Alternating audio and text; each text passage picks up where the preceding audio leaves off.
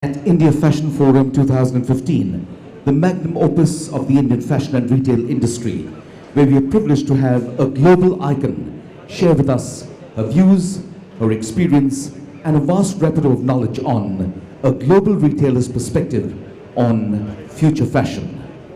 She is Vice Chairman, Hudson's Bay Company. Hudson's Bay Company was founded in 1670 and is the world's oldest continuously operating company, which owns and operates brands like Saks Fifth Avenue, Lord & Taylor in the USA, and Hudson's Bay department stores in Canada. She has been named as one of the top 25 retailers worldwide and recognized as the world's 100 most creative people in business. She was honored by the Parsons School of Design in 2013 and was conferred the Queen's Diamond Jubilee Medal by the Canadian Prime Minister.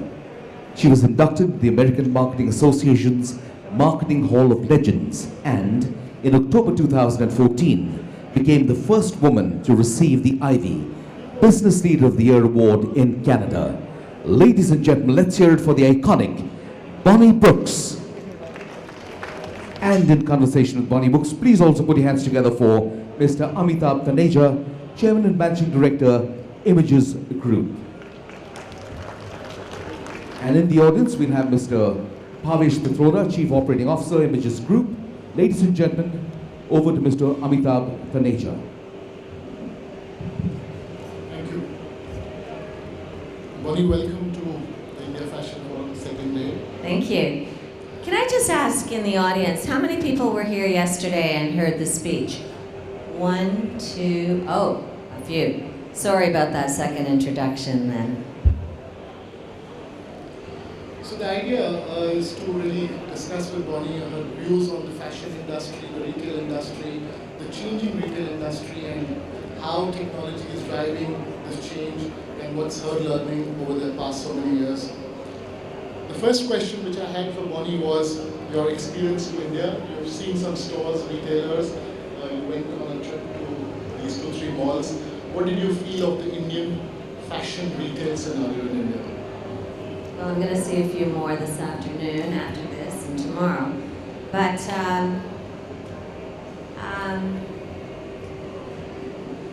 India at this moment, I would say, first of all, has a tremendous future ahead of it. There's no question about that. And I believe very much in the quote that I gave earlier for the materials about the next couple of decades really being quite important for the fashion industry in this country. And you know, all the world talks about India being the #1 economic engine for the next 20 years in terms of your economy, you know, marching ahead at a much faster pace than anyone else's in the G20. So you are the stars. You've got every opportunity ahead of you, and I guess the world is watching. I spoke to my government before I left about.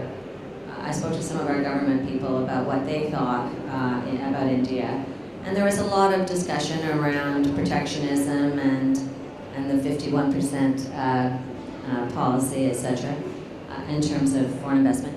And one of them said, "Gee, it's really interesting that China has all the infrastructure and all the power and is perfectly poised to charge ahead, but doesn't have this sense of entrepreneurism or individualism that India has. And India has all the individualism and terrific individual knowledge and such a high level of education, and yet doesn't have the infrastructure. So if only the two of you could get together, which I'm sure you won't. But you do see the lack of infrastructure here for sure. And I think the thing that hits me the most when I'm in the stores, I'll sort of say two things. One is the lack of women. So what I mean by that, and I'm sorry for those of you who were here yesterday, although you seem to only be about 20% of the audience, the lack of women in India retail is a big problem because women drive the retail economy. They're the earners and the spenders. So they need the retail jobs, and when women have retail jobs, the whole economy ticks faster. So we really need to see some more women in the stores. We do not see women in the stores, and it absolutely was shocking to me that there were men behind cosmetic counters trying to sell me lip liner. That is ridiculous in my view. So I'm very firm on that, and I do believe, for example, in the entire G20 in the world, of countries in the G20, India is the lowest in terms of gender gap. So that is a massive problem. I know it's a cultural problem, but it is going to have to change over the next 20 years, or the predictions will not come true, in my view, about the middle market growing fast here. Because the middle market is women. It is. There's no doubt about it. And women need financial independence in this country. So that would be the first thing I would say about what I saw in the stores.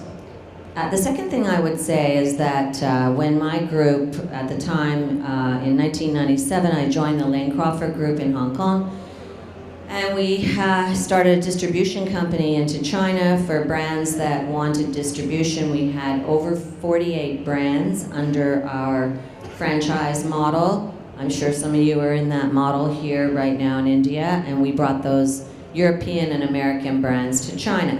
We also opened up Thailand, Philippines, Taiwan. I had Japan. I had Tom Ford for Japan. We had Malaysia and Indonesia. And we had a multiple of brands from Juicy Couture and Club Monaco, things like that, all the way up to Christian Louboutin and Jimmy Choo. So quite a range of brands. At that time, we could not afford to put our department stores, the Lane Crawford stores, into China, because the market wasn't ready, and I see that here. So, but that was 97, and it's interesting because in 2004, when I was preparing for the speech that you didn't hear yesterday, and I don't want to repeat it, but I gave a speech at for Women's Wear Daily in 2004 when I was living in China. I was the sort of the go-to person to speak in New York at women's wear conferences. So I gave the first talk on China, and I went back to my notes from that 2004 slideshow, and there were 50 million people at that time who were in the middle class.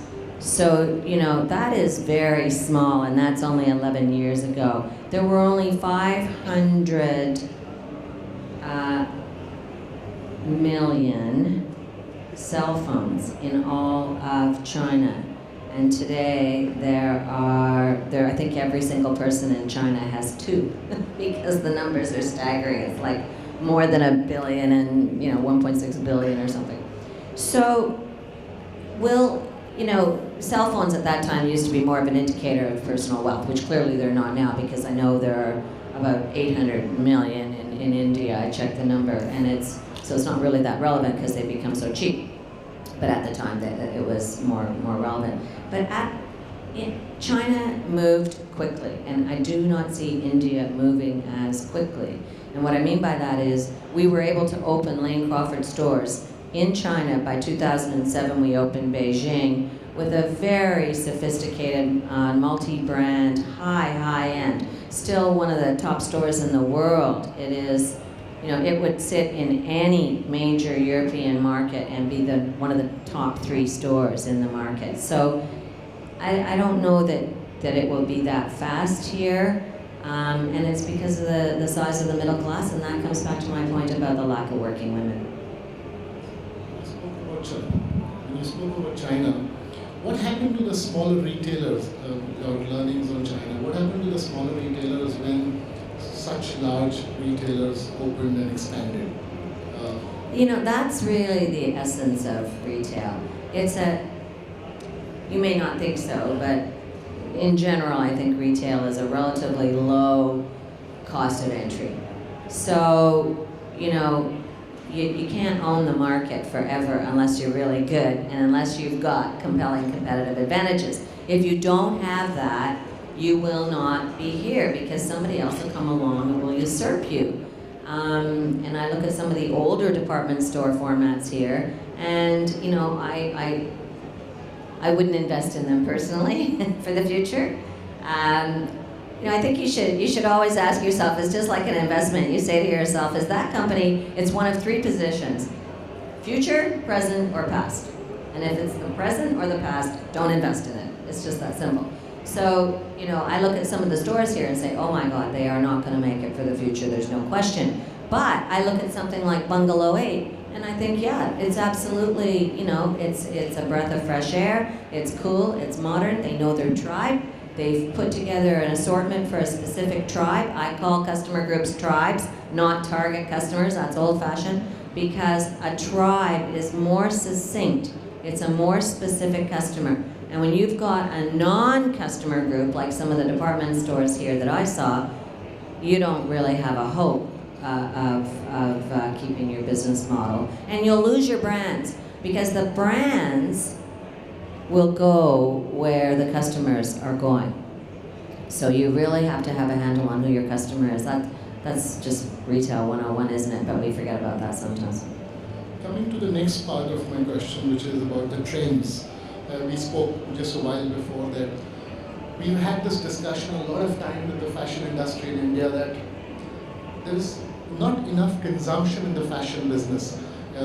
Brands are maybe just $20 billion, $50 million company, $100 million company, and whereas I go to Europe and you see a G-Star, it's a $3 billion single brand. G-Star. Somewhere, why isn't fashion consumption growing, and what would you say are the key factors which drive consumption in these economies, in US and Canada and all these European countries? How does the consumer buy more? Okay, so in terms of trends, let's talk trends first. How many of you use WGSN? Okay, a few, great, lots. WGSN is expensive. I don't know what a single membership costs, but it's about $100,000 US for a company to join. At least it is for our size of companies. We might be getting ripped off, I don't know. Maybe somebody from WGSN will help me out on that. But, you know, it's a great service. And there used to be a time when there were a number of fashion forecasting services, and they've kind of dwindled away. And the good ones are more like WGSN. So they do fashion forecasting, and they will tell us what colors, what themes, you know, big shoulders, narrow shoulders, wide pants, narrow pants, short pants, long pants, all those sorts of things. And the high fashion industry tends to follow that. So WGSN is linked into the same kind of thought group, leading thinkers in fashion, that the designers are linked into at the high end. So you get a different situation going on in the high-end market. So in the European shows that I go to, I've been going since 1985 to every European show. So London, New York, Paris, and Milan are all showing similar things. You will see similar things on the runway because the industry understands the need for a trend, because if there's no trend, there's no sales. Now, on the other hand, you're talking about brands like G-Star, Vera Moda, you know, the brands that, like the brands that were in your fashion show last night, which is very nice. Thank you very much for inviting me to that. So all the brands that we saw last night in the show, and a number of the brands that are here, aren't really in that market. They're not really in the trend business, unless they're very, you know, young trend. So you don't see the same ups and downs in the business, and that's probably a bit of the problem. Because when there is a fashion trend, it drives business. On the converse, the last couple of years, women's wear have not had that many trends, and the business has not been as strong, whereas menswear has had fantastic trends. You know, every guy's wearing his pants shorter, no socks, you know, all of that whole look, the bearded look, the look we saw in your, look you're sporting, in fact. And the look we saw on the runway last night with very cute men.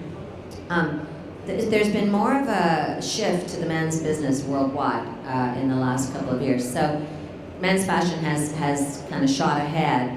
However, the good news is that for next year, all the stores are talking about it now. There's a huge return to trend for women's wear. So when there's a big shift, particularly in the footwear market, you know, when platforms go or come, whatever happens, there's a big shift in the sales because of the trend. So trends are good, and you should encourage your brands to get on board with the trend, which is exactly what I know my friend Amadad here wants everybody to do. Sure, that's the whole idea. I tried this idea in the Indian fashion industry of collecting 10 CEOs and discussing with them about why not jointly create a trend. So if lime green could be the color of summer, and why can't the top 10 brands of India really use lime green creatively the way they want to, but lime green is there. Yeah, if you want to drive the industry, that's the way to do it. And if you want to drive sales, at the same time, there's the problem with everybody wanting to be individualistic. Yes, that's fine. You can actually design the way you want, but use lime green. Do you think that's a good idea for the industry to, if you want to drive consumption to the next level, so that the consumer is not confused? I do, but I think that you should follow the world trend, because I don't think you want to start with your own trending. No, so take the world trend and use it together, all of us. Because don't forget it's the web that's going to drive the trend too. Because I mean, the global trend is going to be seen by everybody. For those of you who weren't here yesterday, when I first arrived in Mumbai, I was thinking about what department stores I wanted to see, and where do I go? Well, at least 70, if not more, % of all purchase decisions today start online. So that's fact, that's our research. They don't end online necessarily, but they start online. So you yourselves know that everything you want to think about buying, you're going to go online first. So of course I went online, but I couldn't find any department stores online.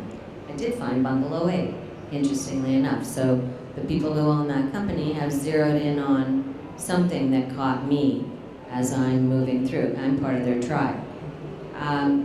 But I was able to see incredible Indian weddings and the social scene from Vogue.in. There are lots of things going on here that one can see from wherever they are in the world. So, you're very much in the spotlight, but it's a global playing field that you're on, and that's really going to be the difficulty in terms of the styling of and the industry moving forward, is having a global view. But with an idiosyncratic Indian twist, because you want that individuality as well. What has been your biggest learning over the last so many years? You've driven so many great fashion companies. What is the most important part of a fashion company which needs to be really taken care, which actually builds that company? Is it the trend? Is it the human resource? Is it technology? You're like asking me to pick a child out of 5, I think. It's tough. Okay, so you mean everything is equally important? No, I think the most important thing is, the most important thing in any business is your competitive advantage. So you have to say, like first of all, I'm on a lot of boards. I'm on the board of Abercrombie & Fitch. I just took that board job. For those of you who don't know, it's a US-based global fashion How brand. many people know Abercrombie? Do you know Abercrombie & Fitch? Yeah. So how many of you think it's cool right now? Someone's telling me something. I can't hear you. Yeah, they've been having some image issues, right? So that's why I'm on the board. So I got asked to be on the board a few months ago. And, Abercrombie is an incredible company, a public company, more than $4 billion, great penetration around the world. But, went a little off the rails recently. And it's definitely on its way back, I can tell you that right now, because all the board members are buying stock. But it's a trend business, and it's the ability to be right on with the trends all the time, but not to get too far ahead of yourself. And I would say that the key thing is know your customer and know what your competitive advantages are. And when I join companies, I say, what's the compelling competitive advantage? And if they can't really articulate it, and I encourage you to think about this. If you can't articulate it, or if you ask your staff, what's our advantage in the marketplace? And there isn't one other than our brand name. Wow, you better work to make sure that brand name really keeps up some kind of advantage, because otherwise you're going to be usurped. And that's the hardest part of the job. In our business, that's the hardest part. And that's why brands get sidestepped, they get passed by. Because they're not really in sync with the customer. And being in sync with the customer as a brand means that you've got to do that homework on the future and the forecasting. Now, a lot of you guys aren't maybe your own brands. How many are your own brand? Not representing a brand in India, but have your own brands? How many? Okay, so you guys are the ones that have to make sure you understand where your customer's going. And I urge you to know your tribe and have those tribe members in your team. You've got to have the cool kids in the team if you want to be in this business. And you have to listen to them and let them do things. You know, you can be the judge, you can be the editor of what you're putting out, but they've got to be the creators. And then for the other people who are representing brands, you know, your job is to market that brand properly in this country and make sure you keep the cool quotient up for the brand, which means, you know, social media. You've got to be doing things that resonate with your customer online. You just have to, and that's the cheapest way of marketing. It's not, you know, marketing today is not running big, huge billboards. I mean, that helps for sure, but you don't need to have that kind of budget to have good business. There was a girl here yesterday who started her business on Snapdeal. We were drilling the Snapdeal guy yesterday. There were a few retailers up here like Govin from Shoppers Stop, who was, you know, and a couple of other guys from, one guy from Lifestyle, and they were, you know, giving Snapdeal a little bit of a tough time. But there was a girl who started her business online with Snapdeal here. She's an Indian designer, and she gave me her card because I found out she was selling, you know, 400 to 1,000 pieces a day from zero. Now, even in your stores, you're probably not selling 400 of something a day in a single location, I wouldn't think. Maybe not even in multiple locations. So there are lots of opportunities to get out there if you've got the right product for the right tribe. So what I understand is trends is the key to a fashion brand, fashion growth. Trends. Trends help, but then you've got other companies like, take for example, Pink. I'm sure you know Pink. I saw Pink in Palladium, yeah. Not that I, you know, endorse Pink. What I'm saying is, it's a company that's a classic company. You know, it's made out of a classic base. I think there are different there are different avenues of the fashion business. We can't call Pink the fashion business because it's a classics business. So it's like Brooks Brothers. They don't want to be called a fashion business. They're a classic business. So that's the kind of business that doesn't really dabble in trends, other than maybe having one colored shirt of the season.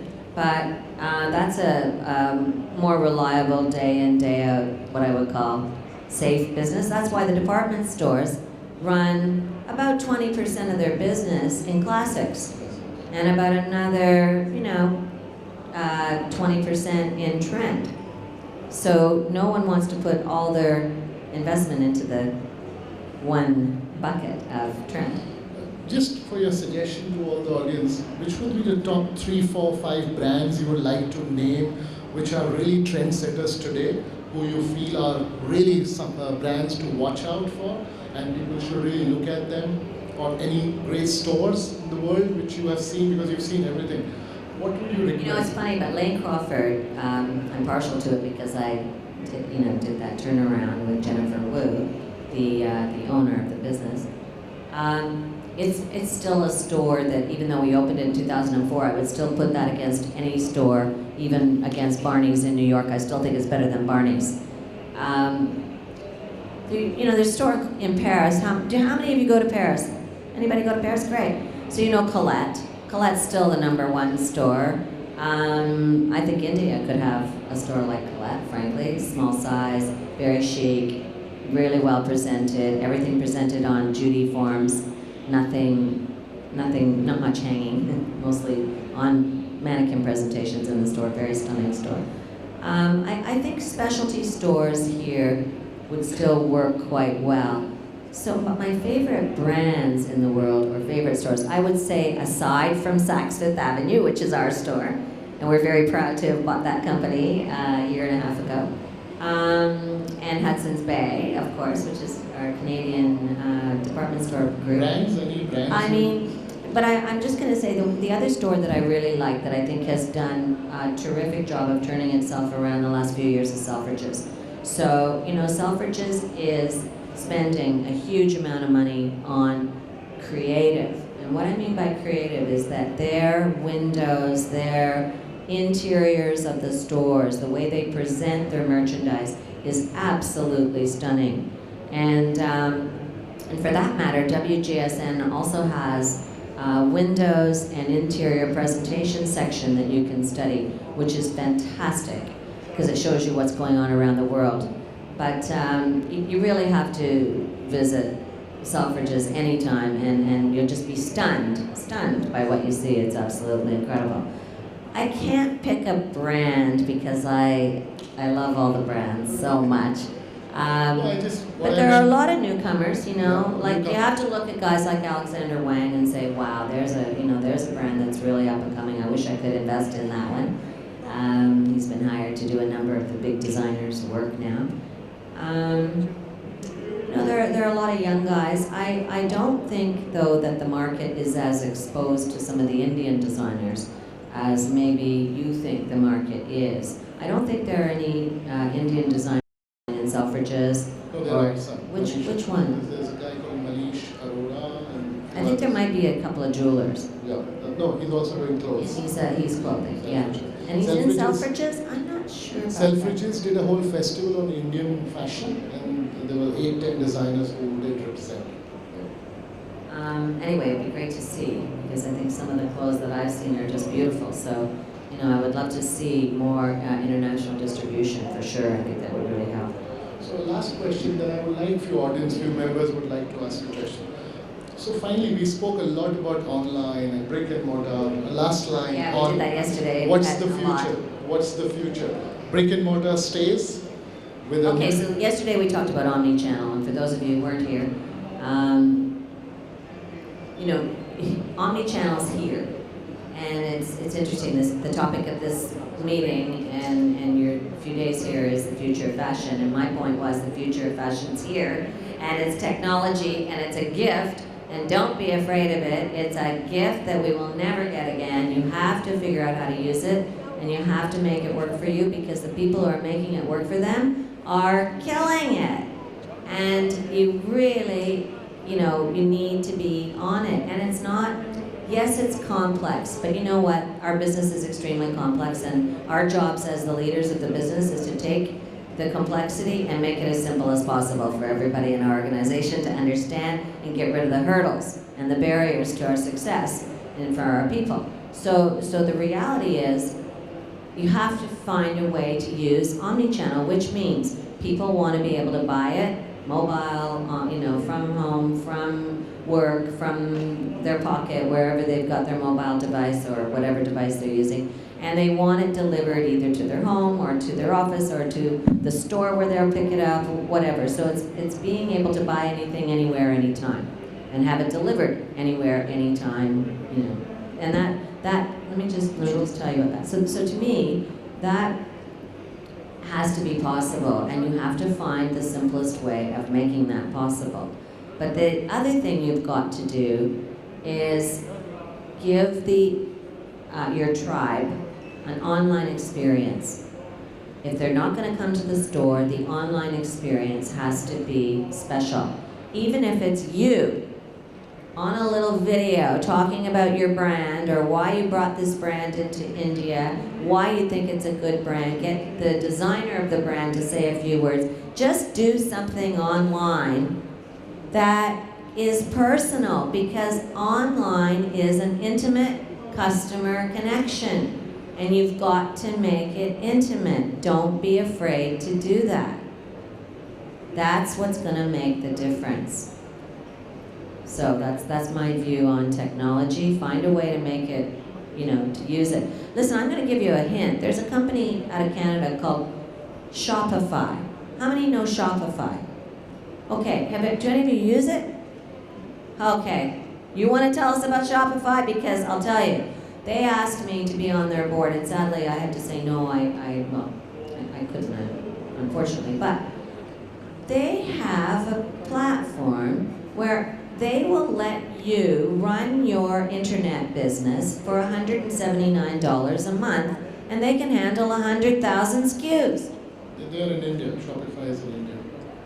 So it's a Canadian firm, and do you like it? She loves it.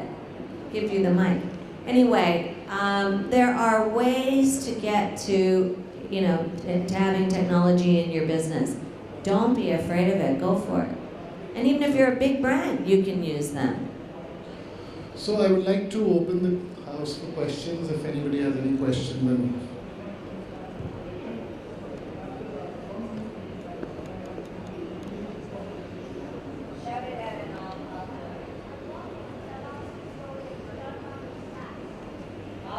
She's asking me to tell the story of the turnaround of Saks. I can't tell that story. It's not really my story. Mary Gay McGee is the girl we hired for Saks Fifth Avenue. She is the president. She has been in the company for 1 year and a couple of months, and she's doing a brilliant job. Saks was already one of the most magnificent stores in the world, and her challenge has been to, her vision for the company is to make it even more special than it was. And she's doing that by, connecting with the tribe and bringing in, she's selling $30,000, $40,000, $50,000 US dollar handbags, furs. And Saks had moved away from that luxe customer and it moved to a more middle market. So, now I'm not saying every single Saks store has that kind of product, but what she has recognized is that there's a very significant tribe of, very high-end customers that Saks wasn't servicing in the way that she wanted to. So, she's having some fun doing that. We've had a massive turnaround of the Hudson Bay Company in the last few years too, and it's been because we've gone after certain tribes of customers and really gone after a cool quotient for the stores that we didn't have. I'm a firm believer that a corporately run store is not going to be successful in the future, or even right now. The stores have to be run by merchants. The big department stores have to be run by merchants because the store needs to be romanced and it needs to have a soul and it needs to understand its tribe. And who better to run it but a bunch of women?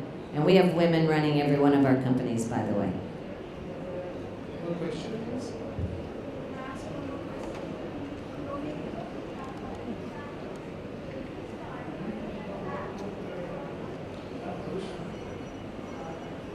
Hi.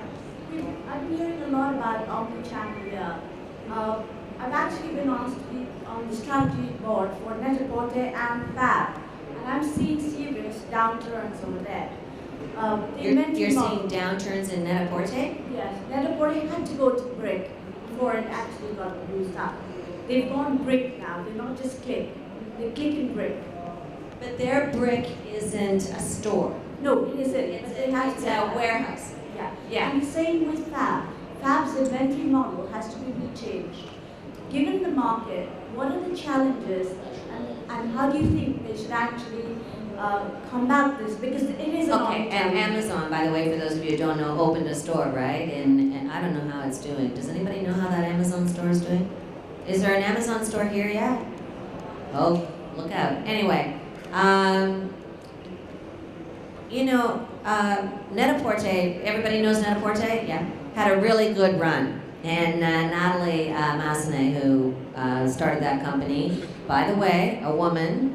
Secondly, a former editor of one of the, I think it was Tatler in the UK. Very strong point of view on fashion. Started it in a market that was incredibly underserved, which was the contemporary designer. She didn't start with high end, she didn't start with low end, she started with what she liked, which was, her tribe. And she liked contemporary designers like Issa, Marc Jacobs, things like that. The Alexander Wangs and Philip Lims and all those guys. That she had them first. But she had a good run and a good ride. So I know that she's just opened in the United States. She just took our former fashion director of Lane Crawford as her new CEO, woman. for the United States, and I'm sure they're going to, her name's Sarah Rutson, I'm sure they're going to do a great job. So I expect them to continue to move up. You know, they've had great investment too. For those of you who don't know, a few years into it, she sold it for $350 million to a very important company as a partner, not the whole company. So, you know, I think there's still a tremendous runway for her. For the ones that are opening bricks and mortar, there are more and more of that's going on. I think they're going to have a tough time because bricks and mortar requires a different skill set. And it's one thing to be a good editor and put it online in terms of the editorial story, the interviews, the editorial magazine format, how to wear it. That's why Net-a-Porter was successful, is because they show people how to dress, not because they're selling clothes online. Anybody can sell clothes online. They told you which shoes to wear with a skinny pant and which shoes to wear with a wide pant and what top to wear with a wide pant. You know, I mean, they put the whole thing together and showed you the looks that were on the street that were important right now. And that's the key to success in my view. But I think that the ones that start stores, like Moda Operandi in the US has started a store. And I think it'll be interesting to see how that goes because inventory management is the critical issue, and it's totally different in a store than it is online, as many of you are nodding your heads.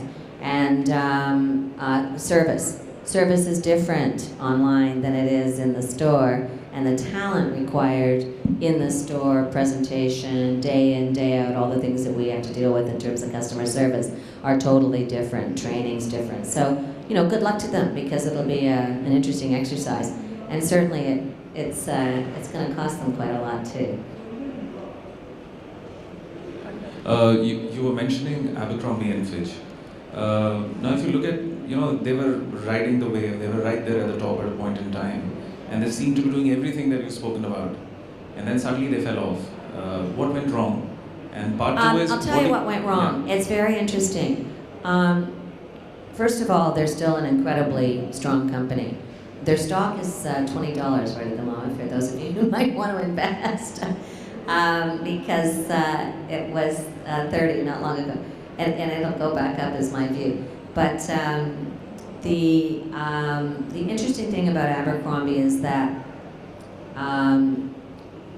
they decided that the logo business, that the world was saturated with logos, and that the logo business was going away for their customer, for the top customers. And I think they exited the logo business drastically and rapidly. And when you make a change in your business model, you want to do it a little less drastically and probably do a bit more testing. So the product that they replaced it with didn't sell at the same rate as the decline from the lack of the logo product. And that's on record. That's you know, that's been in the newspapers. So on the one hand, you say, well, the logo customer is maybe going away, but I don't agree with that. I think the way people want to wear logos might be changing, but it doesn't mean it's going to disappear entirely. Like Ralph Lauren can make that polo player this size on a t-shirt or this size on a t-shirt, but they probably never really walk away from having it somewhere on the t-shirt or the name stamped on the back or something like that. But you're not going to see them walk away from the product. So I think, you know, I think that the design team at Abercrombie just got a little aggressive and probably should have been controlled perhaps a little bit more. I don't think anyone realized it was going to be such a drastic swing. So it's a big swing, and when your business goes down even a few points, you know yourself, business drops 5 points, you're in trouble. So I think the business, you know, went down into the higher single digits, and the good news is that as the logo product gets moved back into the business in a slightly different way, it's picking back up. So, but it's that kind of thing that can really move you away. It's like Hollister is also part of their brand. None of the jeans were made with zip fronts. They were all button fronts because the leader, the creative director, only wanted everybody to wear a button front. Well, you're going to lose a few customers that way, So it's doing a little research and pulling it back on track. But it's good to listen to your customers. When you choose not to listen to your customer about things like button front, you might be turning off some people. So it's one thing to have a tribe, but it's another to kind of let the fringe tribe follow you too. Not to be so specific about the tribe. But that is if you want to grow your business. I'm representing a young brand from London. My simple question is because research has got a lot of bearing on consumer behavior study and has got a causality effect on the turnover of the company. What is your experience, one? Second, how much percentage-wise company spends on research and development to build their own turnover in your case, in your company? Okay, I'm not sure I 100% understood that question. The question's about research and development? And How much you spend on research? how much to spend? Wow, spend as much as you can if you're a brand. The brand is as strong as its creative director. First of all, none of us, the real world doesn't really have designers. Those people that you think are designers are not necessarily designers. And I think I first learned this when I first, worked with Tom Ford and realized that, Tom was not a designer, although he was the person who reinvigorated the entire Gucci collection for sure. He was someone who went into the design studio and picked from what he liked from a group of designers. So that's what every designer, that's what most of them are doing today. They're selecting from their team. The team works together. And so really what they are is, you could call them editors, or you could call them creative directors. So the creative director, editor / designer is not, and I'm not talking about someone like an independent designer who's working away slaving at a design. That's a tough gig today. So if we want to talk about a company and R&D, we're really saying make sure that creative director / designer has enough talent pool inside his little, whether it's 3 people or 2 people, hopefully not 1, so that they're selecting the best product they can in terms of ideas to come forward, to go into production, to get made into samples. Because the other way you'll really kill your business in R&D is by oversampling, and lots of businesses have died from this. So you have to have somebody with a really strong creative point of view and eye. It's like my buyers. We would kill for the best buyers because they see everything on the market. But it's the buyer who's got the right eye and the taste level for the tribe that you're trying to reach that will deliver the best sales. And the worst kind of buyer is a buyer who buys one of everything, because they're never going to be successful. It's the same with you. In building your companies and doing your own R&D, which I hope is in the design area, you want to be able to really focus on a couple of products and buy them in depth. Believe me, you will never make any money buying everything straight across. How many of you know about the Pareto curve? Nobody knows about Pareto curve? Okay. So it's sort of that 80-20 rule, but the way it pans out in our business is that if you buy something like this, your sales will do this. You have to believe in something. You have to get behind it. Put all your units into something that you really know will sell. Hopefully you can also get it online and show it really well and make that item drive your business. We're not in the business. Fashion's not a business of one of every single thing. It will not work. That's a killer for the fashion business. So R&D needs to be about figuring out what are the items that are the right items that you can drive the business with. And I'm a big believer in marketing to items. Hi, you spoke about trends driving business for brands. You said that it'll really help if brands focus on trends and what the global trends are and help bring that to the customer. How does one use trends for curating lines for an online business where the brands are so many? While we want to still speak about trends and bring all these information to the customer through content and various things, so how does one really use trends in an online platform where there are many, many brands? We're talking about worldwide trends. So it depends on how big your business is. But if you're a big department store and you don't have any trends of the season, like, okay, if color is a trend, let's say it's pink. You need to have pink windows, pink presentation, paint the floors pink, whatever you're going to do, it's got to be pink. Especially, for at least a couple of months of the season, let's say the 6 most important selling weeks of the season. If you don't have a trend, it's very hard to sell. I'm an online business, so I'm Okay, e-retail. are you the same girl from yesterday? I am competition. Okay, competition to her, okay. What's your business? We're an online business. I work for a company that's a fashion e-retail. Yeah, but what's your product? We do apparel and What is it? apparel, fashion. Clothing. Clothing and Indian fashion? not or Indian. Western? We've got everything. You've got We've everything. got beauty, Ooh, we've got there you go, accessories. good luck. Yeah. I would say that when you're a small business, it's a good thing to be a focused business, unless you want to be a multi-brand type store, but to be multi-product, single brand, and is going to be extremely difficult because you're not going to have the best product in any one category. I think that's a tough The call. question is, she's a marketplace for fashion brands, and how does trends help her? How do I curate lines Yeah, but if using trend? but if you are part of the trend, then you should be in good shape. I mean,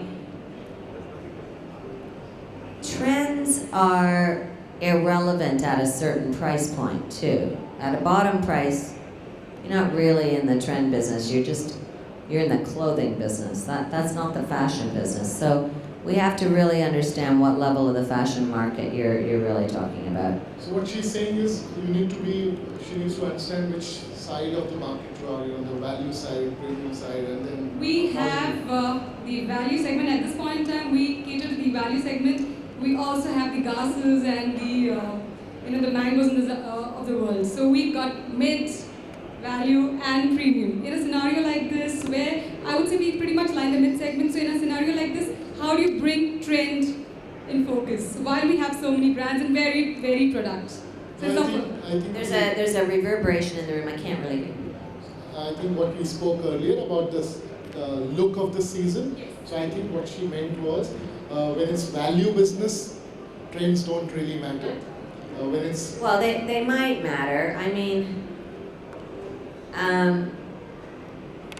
I think you're trying to cover a lot from what you just said. And I would say it's going to be extremely difficult for you to be successful, but good luck, because you sound like you're enjoying it and you've got conviction, so that's excellent. I admire that.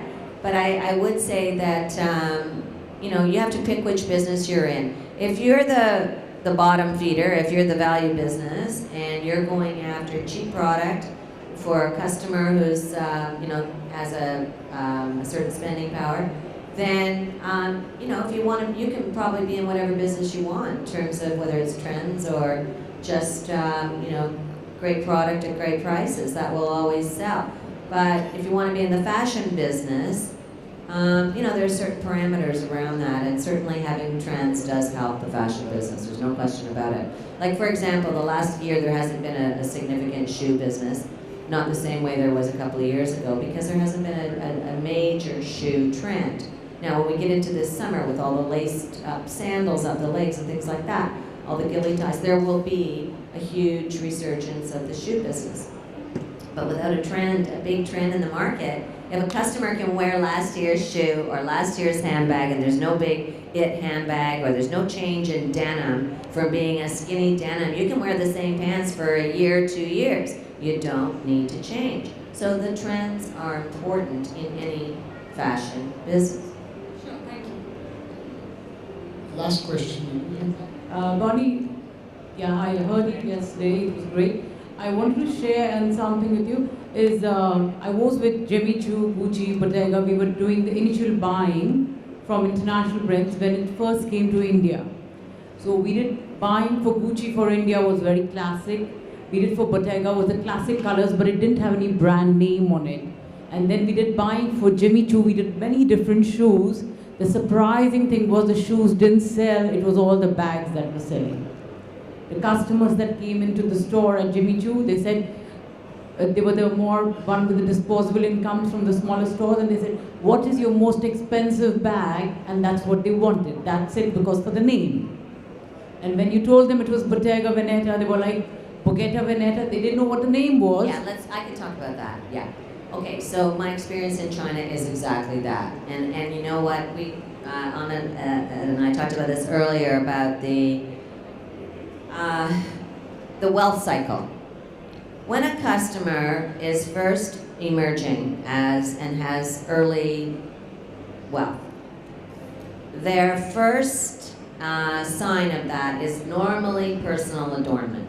And normally that comes in the form of as big a diamond ring, as big an handbag, and if it's a crocodile Hermes, all the better. But it's going to be the biggest and loudest. It's probably going to be a brand that has LV in its initials. And it will be a brand that has instant recognition for styles. As a customer moves through the cycles of their life or of their wealth, they'll probably change. And so what was appealing to them in the first stages is not going to be appealing to them as they move through their life. And you have to be a very sophisticated and confident person to not carry something with initials on it, which is what Bottega Veneta is all about. So as you move through the cycle, you'll find more and more people are hiding their wealth. They're not wearing overt jewelry. They might be able to afford a Rolls Royce, but they're actually driving something more chic and smaller. And there's a different mindset that sets in. So that's a different tribe. What I'm trying to explain is the tribes. Please understand your tribe, where they're at in their cycle, and it's so important in a developing market. There are many different kinds of tribes of customers, particularly of women. The guys are giving me a big blank right now in most of their faces because I don't think they see it the same way. They might buy a very expensive watch and wear it forever, but women will buy those watches, but will eventually put them away and not wear any watches. To me, a sign of status is not having to wear a watch. And I have other ways of people telling me what time it is. There's one more trend in India. There's a parallel trend which is very Bollywood, which they follow the actors. And then you have these designers which try and get in celebrities. So the 2-tier, 3-tier cities where the premium or access luxury comes in, there's a total different scenario out there. And it's not, it's like luxury is one parallel running to this masses, but it's an aspiring masses. So how do you bridge this, how do you, sorry to use the word, like encash on the masses, but with the celebrity and the Bollywood, and how do you get into the right psyche of maybe 5 different tribes? How do you identify what could be your 5 whys? You can probably do that by understanding the number of stores in each of the categories. So we used to track, I used to track the number of various types of designer stores in China. So how many Hugo Boss stores versus how many Canali stores. How many, Gucci and Louis Vuitton stores versus Hermes stores. There's a certain customer that will start at one of those brands and then graduate to another. And you can tell from the number of those brands opening. So you can follow that trend in terms of understanding, where the market's going. But I think if you go back to your own business and say, well, what is my business? I mean, why are you trying to understand all those trends? You really, I hope, have picked a niche business to be in and do the best you can with that. And if that somehow gets exhausted, which I doubt would ever happen in India because it won't happen in the next 25 years. Most of us aren't in our businesses more than 25 or 35 years.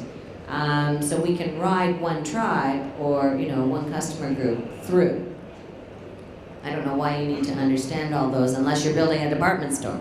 No, I was with high-end retail stores and I've been with the training, but I have my own e-commerce store of Sosa high-end leather handbag, designer handbags.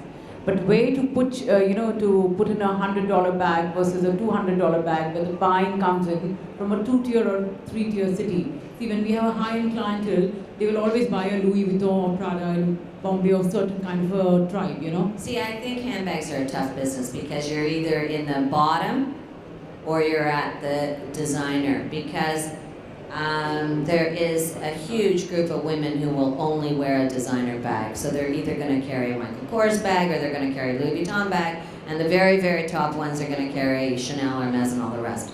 And a woman will save up for a status handbag. Handbag is a status symbol. I'm not sure I'd want to be in the bottom end handbag business unless I had mass distribution, because it'd be very hard to make any money there. Thank you very much. Thank you, Bonnie. Thank you, everybody, and good luck. It's going to be a big run for you in the next few years, so I hope you enjoy it, and I wish you all really, really well. It's going to be a fun time. Thank you very much, and a big round of applause for Bonnie Brooks.